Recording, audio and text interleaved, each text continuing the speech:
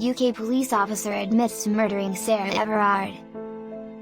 Prosecutor says 33-year-old victim was a total stranger to the officer who has pleaded guilty to kidnap, rape and murder. British police officer Wayne Couzens has pleaded guilty to murdering Sarah Everard, the 33-year-old woman abducted as she walked home from a friend's house in South London. Couzens previously admitted to kidnapping and raping Everard, a marketing executive who went missing on March 3. Couzens entered a guilty plea to murder during a hearing at London's Central Criminal Court on Friday, appearing by video link from Belmarsh High Security Prison. Bearded and wearing a blue sweatshirt, he sat with his head bowed and said guilty ma'am when asked how he pleaded to the charge of murder. A major police investigation was launched after Everard's disappearance.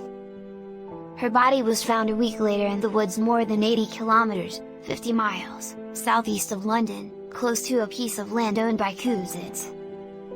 The search for Everard and news of her killing caused a nationwide outcry, with women sharing experiences of being threatened, attacked or simply facing the everyday fear of violence when walking alone. Police in the UK capital came under criticism after some women attending a vigil for Everard were arrested for breaching coronavirus restrictions.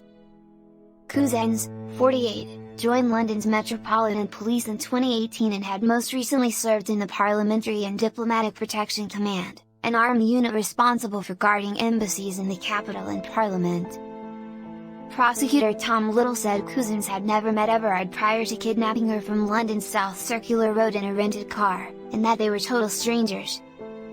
Judge Adrian Fulford said Couzens had previously only given an entirely false account of events, an elaborate story involving an Eastern European gang. Despite his guilty plea, the prosecutors said Couzens has not revealed where he raped and killed Everard. "We still do not know what drove him to commit this appalling crime against a stranger," said Carolyn Oakley of the Crown Prosecution Service. "Today is not the day for hearing the facts about what happened to Sarah.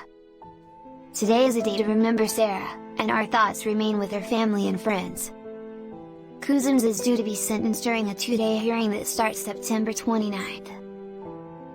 The police force has expressed shock and horror at his crime, but faces an investigation by the policing watchdog over how it handled an allegation of indecent exposure against Couzens days before Everard was abducted.